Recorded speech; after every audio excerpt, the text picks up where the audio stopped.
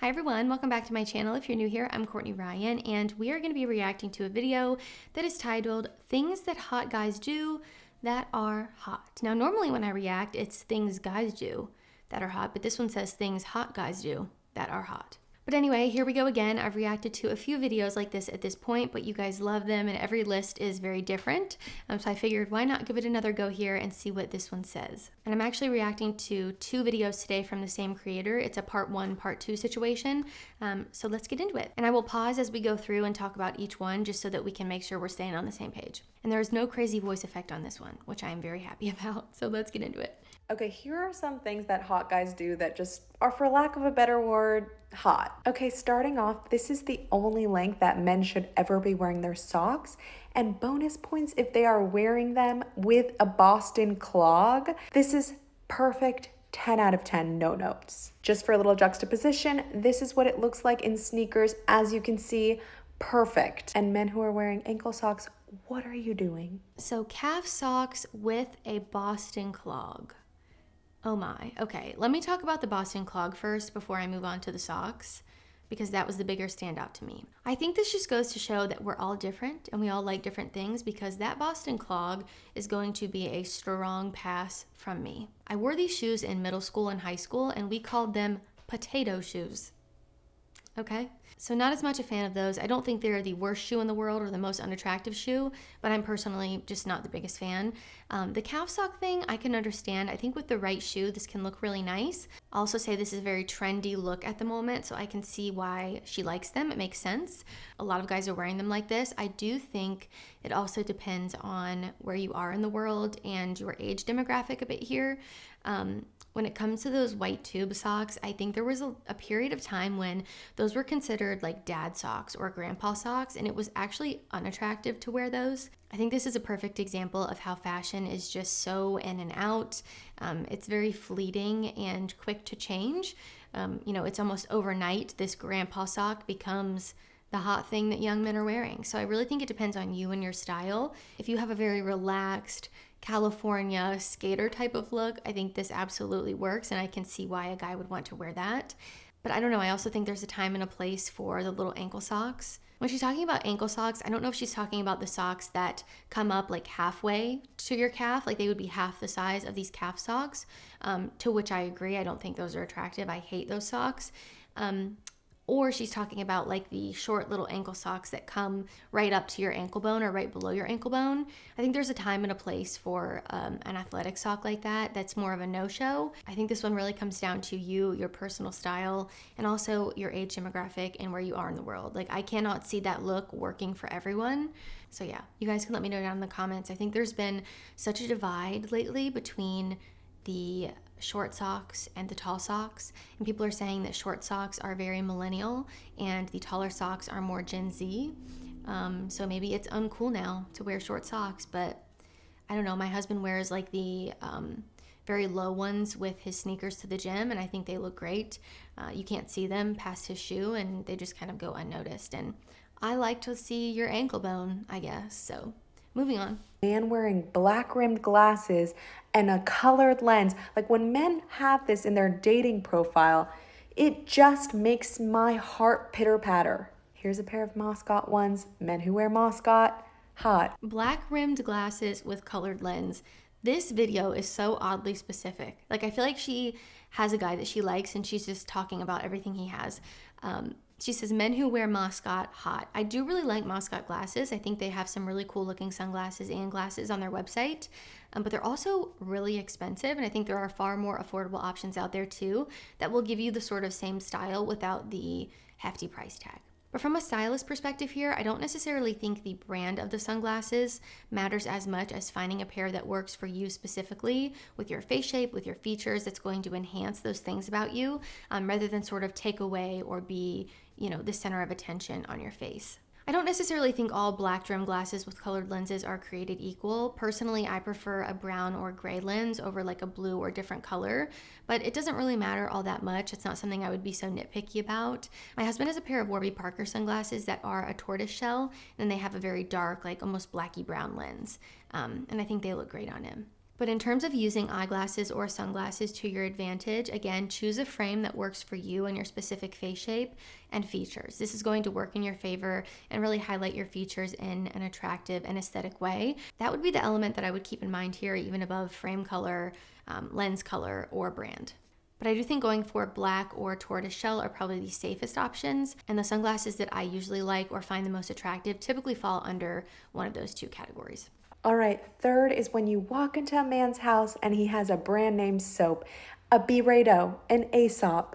First of all, it's giving who cooked here, but second of all, it's giving you have taste and you are hot. Designer soap. I don't know. I think if I walked into a man's house or apartment and he had designer soap everywhere, I would think, you spent a lot of money on soap. Because designer soap is expensive. Aesop, spelled A-E-S-O-P, I think that's how you pronounce it. I'm not totally sure.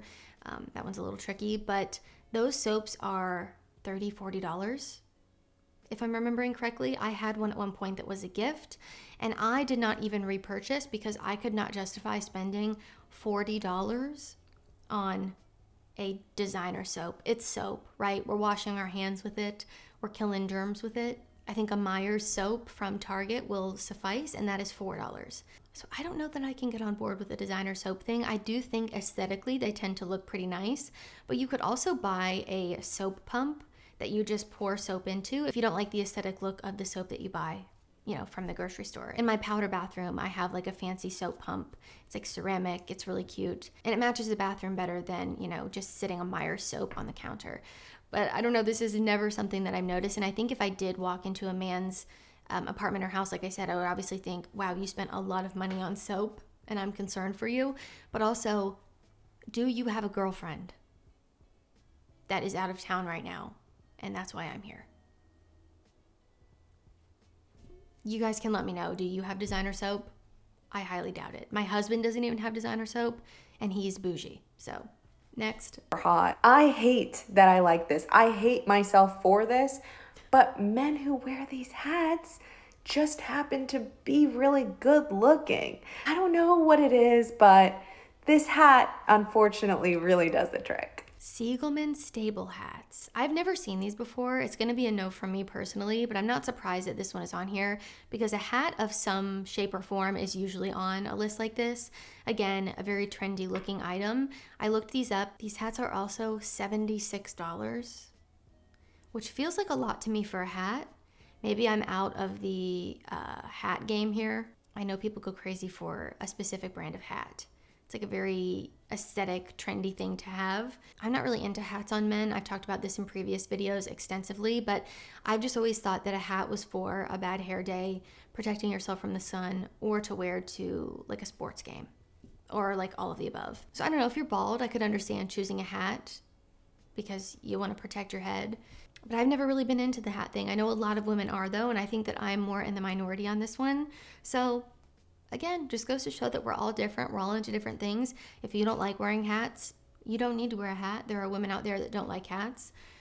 If you do like hats, there are women that do like hats. But at the end of the day, you should wear it for you. If you like the hat, wear it, and someone will like it. Clearly. Okay, next, last thing on the list here. Is a little bit more niche, but when a man texts you a reservation confirmation instead of an open table reservation, I don't know what it is. Resi just has like elite branding. It's really cute. It makes a guy hot. I'm sorry to say it, but these are some superficial things that unfortunately I am a sucker for. So if you are a man, start doing these things. And if you are a girl, let me know if you agree. Well, I think she's really cute, and I like that she's acknowledging that, hey, I'm sorry that I find these attractive. I know they're superficial, but I like them, right? She's being very honest. And she said, if you're a girl, let me know if you agree. So this is me answering the question here. Some of them I can absolutely see how we got to this point. Others, my personal taste does not align. And that's okay. That's life, right? I think that's another reason why I love showing these videos, just to show you guys. You don't need to fit this mold or box of a very specific type of man in order to be attractive to women, right? We're all different. We're all into different things. We all find different things attractive, and I think there's a lot of beauty in knowing that. And I like to show these videos where maybe I don't agree with all of them, just so you can show that we're different, right? But to elaborate on her last point here, I thought at first she was just saying making a reservation, but then I realized she's saying Resi, like the app specifically, instead of Open Table, which I'll be honest, I think is a little bit bizarre. I don't think how someone makes the reservation matters at all. I think just the fact of making the reservation is a gentlemanly gesture and is really thoughtful to do. So yeah, I don't know that I would be noticing how he made the reservation. I would just be like, wow, he made the reservation. Bravo. But I don't know, yeah, this video felt so niche. I've never thought about any of these things in my 28 years on earth. But hey, everyone has their fixations and preferences, so it is what it is. Now we're on to video number 2, part 2. Things that hot guys do that are hot. Also, I like that she made that distinction too, because if you don't find someone attractive and they just wear calf socks, it doesn't necessarily mean that you're going to be incredibly attracted to them, right? I do think there has to be some level of attraction there. And just because you do everything that's on a list of attractive things doesn't mean that a woman is going to find you attractive. I know that might seem a little harsh to say, but I think that's just the reality. Like, there are obviously so many things you can do to make yourself more attractive, both internally and externally, but you can do everything right. You can follow something by the book and still not be for everyone. And I think that's okay. So just want to say that. Things that hot guys do that are, for lack of a better term, hot, part 2. I decided that after recording a video that everyone seemed to love yesterday, I needed to do a second part to this series. And by everyone loving it, I really mean that people were commenting saying, who the hell are you? And are you a lesbian? And what the hell are you talking about? Nobody wants to wear calf socks. But here I am to dispel the truths about what hot guys do, because it's what the internet is for. Starting off, hot men take care of their skin, and all hot men use Kiehl's. I don't know what it is, but universally it is a hot guy brand. And so if you are not using Kiehl's, you better start. Kiehl's skincare, again, so specific. Kiehl's is a good brand. My husband has used their stuff before. I've even used some of their stuff before. But I think here it's less about the brand that you use and just in general, having a skincare routine and taking care of yourself. I do really think that your grooming habits stand out. And when I met my husband and I found out that he had a skincare routine, I was like, this is a grown man. This is a grown man who takes care of himself. I remember vividly the moment that I found out that my husband had a skincare routine when we were dating. I went in his bathroom for the first time and saw in his shower, because he had like a clear door, that he had skincare products in there. And I was impressed, I'll be honest. So it doesn't have to be Kiehl's. Kiehl's is a little bit pricey, but I do think just having a skincare routine is attractive, I would agree. Second, hot men book wine bars for a first date or for a date in general. All women really want is a glass of Sancerre, some wine, bread, and cheese. And it's really that simple. I recently went on a first date to a wine bar and it was great. Wine bars for a first date or for a date. See, this one would be a pass for me because I don't drink, but if you do, this could be a really cute date idea. I think it's more elevated than a regular bar and could just provide a better atmosphere to talk to each other. And don't drink too much, okay? That's my big sister motherly advice coming out for you. And I will say I strongly agree about the cheese. Chef's kiss. When my husband and I started dating, we had a charcuterie board night, and I vividly remember how fun it was to put the board together and to just talk while we snacked on some cheese and crackers and bread. So to that, I agree. Third, hot men don't drive compact cars. I don't know if this is because I recently moved to the South, but hot men drive trucks. Hot men also drive Broncos. Like, you shouldn't be touching the road as a man. You should be in a big SUV, and I don't care what that SUV looks like as long as it is not a compact car. I'm sorry, I hate to break it to you, but hot men drive SUVs. She said, I wonder if it's because I just moved to the South, and to that I would say probably. She's probably seeing way more of those than I would here, and I like a sedan. My husband had a sexy Honda Accord when we first started dating that really swept me off my feet. So, again, to each their own. Some women like a guy in a big truck. Other girls like a guy in a sports car. Or a Honda Accord. We're all different. This man, there's truly nothing that he can do that isn't hot. But the hot thing here is hot men wear white t-shirts under cashmere sweaters. I don't care if they're cashmere or wool, but wearing a white t-shirt poking out from a cashmere sweater, perfect. Yeah, so a white t-shirt under a crew neck sweater. There is something effortless about this that just gets me. Girls love layers, what can I say? I do agree on this one. I like the look of this. I think the sexy distinction here is when the sleeves are pushed up. Because I think if the sleeves are down and you have an undershirt underneath that I can see, it kind of makes me think, oh, I'm not supposed to see that, like his undershirt's poking out. But if you roll up the sleeves and you kind of give off this effortless vibe, I know this probably sounds so silly and such a stretch to a lot of you, but I'm just really trying to describe why this is attractive, and I'm picturing it in my head. It's more attractive when the sleeves are up because it does give off that effortlessly sexy look. So just something to keep in mind. Also, wearing an undershirt underneath your sweaters also helps keep your sweater more fresh and clean and prevent your underarm from hitting directly on your sweaters, because this puts a layer between your body and the sweater, and your underarm isn't directly touching the sweater, it's touching the t-shirt that you're wearing underneath. This makes it so you don't have to wash your sweaters as much, which I would recommend for sweater care. Sweaters are not a piece of clothing that you should be washing all the time. So keeping that shirt underneath to help keep it fresher and cleaner for longer is a very good thing. So definitely recommend doing that if you don't already. Last is that hot men know about the upcoming live concerts and live shows. I recently had a guy tell me that Jungle was playing at Red Rocks, and I found him so hot just for knowing that and having that knowledge. And that's it. That's the list. If you are a guy, you should be doing these things. And if you are a girl, let me know if you agree. Knows about live concerts or live shows.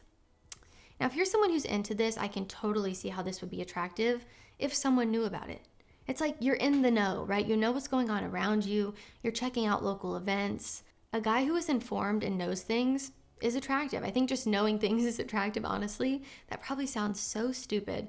But I think it's less about this topic specifically, right, of knowing about the live concerts or shows, and just on a general scale, knowing things. Like, I love when me and my husband are out somewhere and we see something and he just gives me a random fact about it.